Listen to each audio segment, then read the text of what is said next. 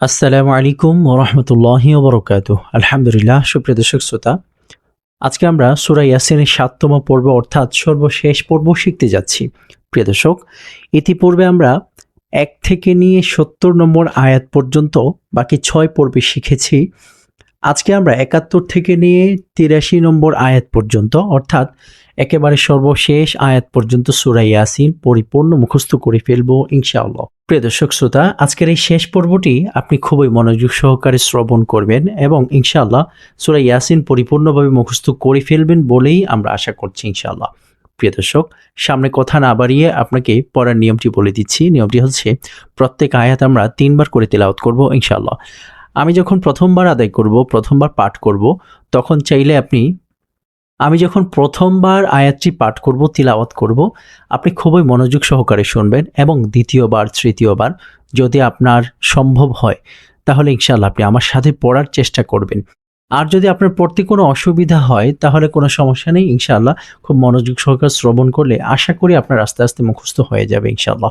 প্রিয় দর্শক, এই মুহূর্তে আমি তিলাওয়াতটি শুরু করছি। أعوذ بالله من الشيطان الرجيم. بسم الله الرحمن الرحيم.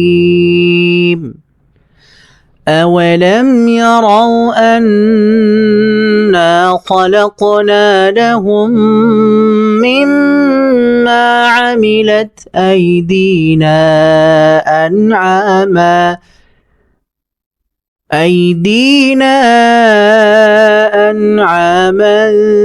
فهم لها مالكون.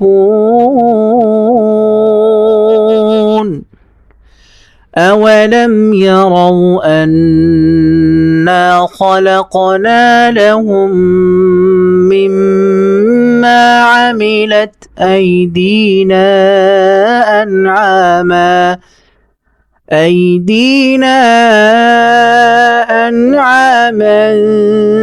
فهم لها مالكون. أولم يروا أنا خلقنا لهم مما عملت أيدينا أنعاما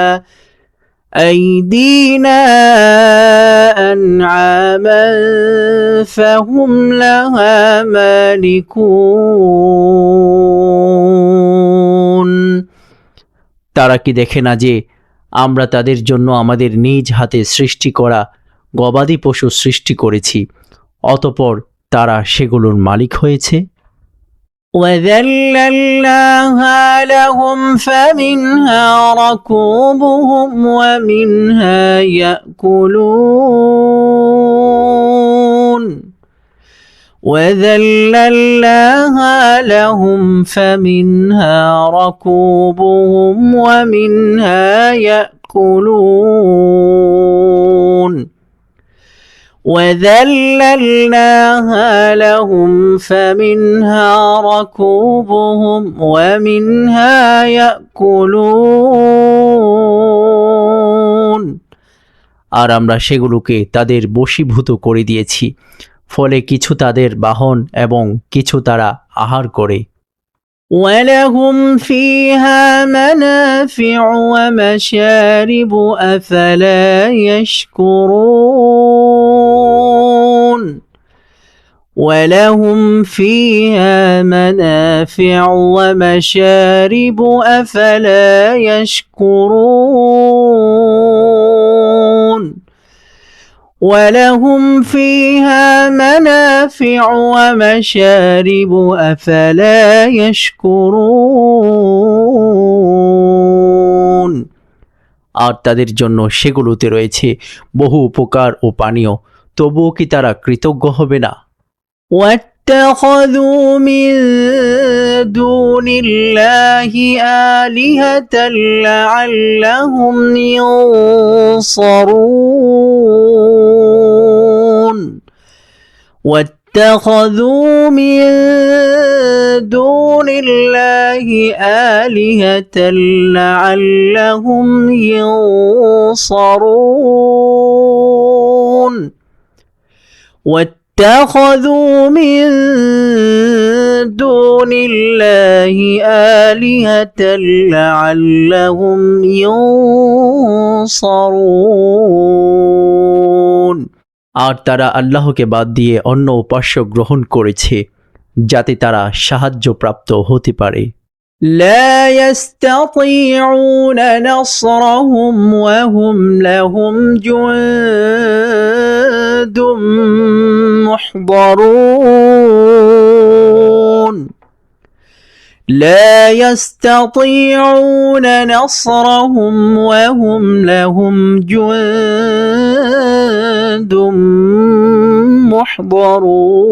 محضرون لا يستطيعون نصرهم وهم لهم جند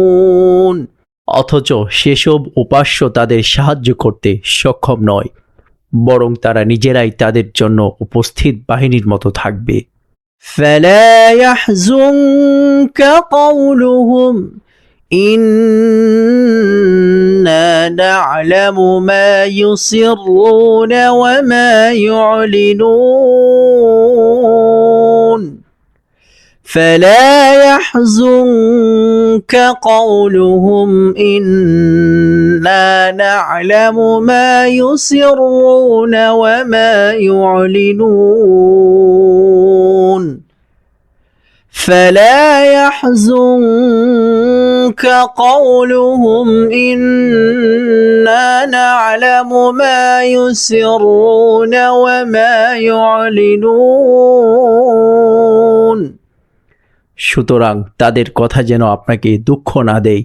নিশ্চয়ই তারা যা গোপন করে এবং যা প্রকাশ করে আমরা সবই জানি أولم ير الإنسان أنا خلقناه من نطفة فإذا هو خصيم مبين أولم ير الإنسان أنا خلقناه من نطفة فإذا هو خصيم مبين أولم ير الإنسان أنا خلقناه من نطفة فإذا هو خصيم مبين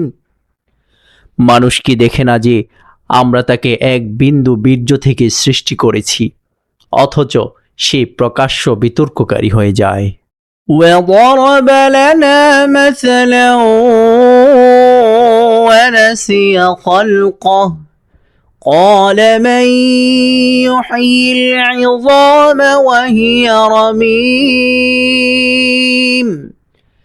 وضرب لنا مثلا ونسي خلقه قال من يحيي العظام وهي رميم وضرب لنا مثلا ونسي خلقه قال من يحيي العظام وهي رميم আর সে নিজের সৃষ্টির কথা ভুলে গিয়ে আমাদের সম্পর্কে দৃষ্টান্ত পেশ করে এবং বলে এই পচে গলে যাওয়া হাড়গুলোকে কে জীবিত করবে قل يحييها الذي أنشأها أول مرة وهو بكل خلق عليم قل يحييها الذي أنشأها أول مرة وهو بكل خلق عليم قل يحييها الذي أنشأها أول أول مرة وهو بكل خلق عليم বলুন, যিনি প্রথমবার এগুলোকে সৃষ্টি করেছেন তিনি এগুলোকে পুনরায় জীবিত করবেন, আর তিনি সব সৃষ্টি সম্পর্কে সম্যক জ্ঞানী। الذي جعل لكم من الشجر الأخضر نارا فإذا أنتم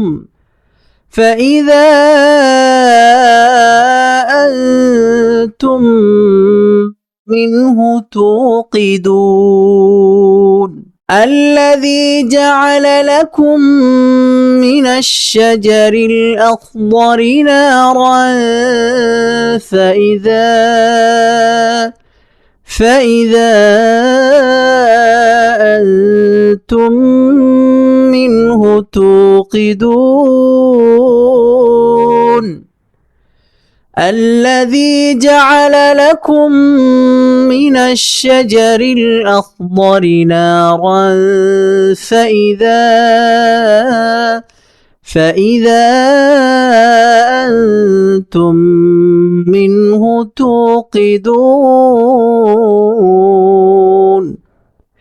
যিনি তোমাদের জন্য সবুজ গাছ থেকে আগুন সৃষ্টি করেছেন, অতঃপর তোমরা তা থেকেই আগুন জ্বালাও। أوليس الذي خلق السماوات والأرض بقادر على أن يخلق مثلهم بلى وهو الخلاق العليم أوليس الذي خلق السماوات والأرض بقادر على أن يخلق مثلهم بلى وهو الخلاق العليم أوليس الذي خلق السماوات والأرض بقادر على أن يخلق مثلهم بلى وهو الخلاق العليم যিনি আসমান সমূহ ও জমিন সৃষ্টি করেছেন তিনি কি তাদের অনুরূপ সৃষ্টি করতে সক্ষম নন? অবশ্যই সক্ষম, আর তিনি মহাস্রষ্টা, সর্বজ্ঞ। ইন্নামা আমরুহু ইযা আরাদা শাইআন আন ইয়াকুলা লাহু কুন ফায়াকুন ইন্নামা আমরুহু إذا أراد شيئا أن يقول له كن فيكون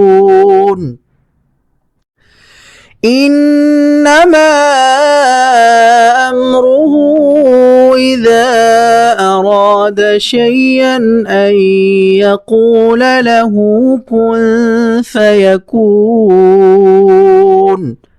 তিনি যখন কোনো কিছু সৃষ্টি করার ইচ্ছা করেন তখন শুধু বলেন কুন, হও, ফলে তা হয়ে যায়। فسبحان الذي بيده ملكوت كل شيء وإليه ترجعون فسبحان الذي بيده ملكوت كل شيء وإليه ترجعون فسبحان الذي بيده ملكوت كل شيء وإليه ترجعون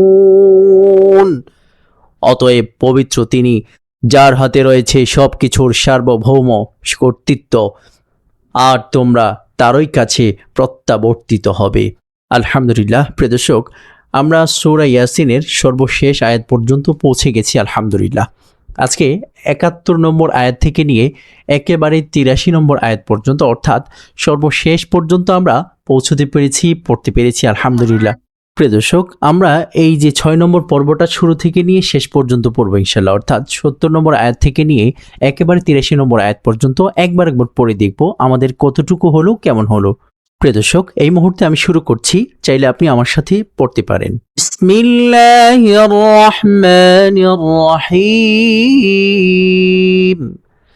أولم يروا أنا خلقنا لهم مما عملت أيدينا أنعاما فهم لها مالكون وذللناها لهم فمنها ركوبهم ومنها يأكلون ولهم فيها منافع ومشارب أفلا يشكرون واتخذوا من دون الله آلهة لعلهم ينصرون لا يستطيعون نصرهم وهم لهم جند محضرون فلا يحزنك قولهم إنا نعلم ما يسرون وما يعلنون أولم يروا الإنسان أنا خلقناه من نطفة فإذا هو خصيم مبين وضرب لنا مثلا ونسي خلقه قال من يحيي العظام وهي رميم قل يحييها الذي أنشأها أول مرة وهو بكل خلق عليم الذي جعل لكم من الشجر الأخضر نارا فإذا أنتم منه توقدون أوليس الذي خلق السماوات والأرض بقادر على أن يخلق مثلهم بلى وهو الخلاق العليم إنما أمره إذا أراد شيئا أن يقول له كن فيكون فسبحان الذي بيده ملكوت كل شيء وإليه ترجعون صدقت يا رب العالمين আলহামদুলিল্লাহ। প্রিয় দর্শক, আশা করছি আপনার মুখস্থ হয়ে গিয়েছে। যদি মুখস্থ না হয়ে থাকে তাহলে টেনশন পেরেশানির কোনো দরকার নেই। প্রিয় দর্শক, এই ভিডিওটি কয়েকবার প্লে করে রাখবেন ইনশাআল্লাহ। মনোযোগ সহকারে শুনলে আশা করছি সূরা ইয়াসিন আপনার শেষ পর্যন্ত 83 নম্বর আয়াত পর্যন্ত মুখস্থ হয়ে যাবে। প্রিয় দর্শক, আগের পর্বগুলো যদি আপনার মুখস্থ হয়ে থাকে তাহলে তো আলহামদুলিল্লাহ, যদি না হয়ে থাকে তাহলে অনুরোধ রইল সেই পর্বগুলো দেখে আপনি শিখে ফেলবেন ইনশাআল্লাহ। প্রিয় দর্শক, আজকে এই পর্যন্তই, বিদায় নিচ্ছি ইনশাআল্লাহ। আবার দেখা হচ্ছে আগামী কোনো ভিডিওতে। প্রিয় দর্শক, ততক্ষণ পর্যন্ত ভালো থাকুন, সুস্থ থাকুন। প্রিয় দর্শক, আরেকটি অনুরোধ আপনার কাছে, অবশ্যই আমাদের চ্যানেল সাবস্ক্রাইব করে রাখবেন আর ভিডিওটি ব্যাপক পরিমাণে শেয়ার করে দেবেন ইনশাআল্লাহ। মানুষ যেন এই ভিডিও থেকে উপকৃত হতে পারে। মানুষ যখন তিলাওয়াত করবে আপনিও সওয়াবের ভাগিদার হবেন ইনশাআল্লাহ, কেননা আপনার মাধ্যমে সে কোরআনুল কারীমটা শিখতে পেরেছে। প্রিয় দর্শক, আশা করছি ইনশাআল্লাহ আপনি ব্যাপকভাবে এটাকে শেয়ার করে দেবেন। আসসালামু আলাইকুম ওয়া রাহমাতুল্লাহি ওয়া বারাকাতুহু।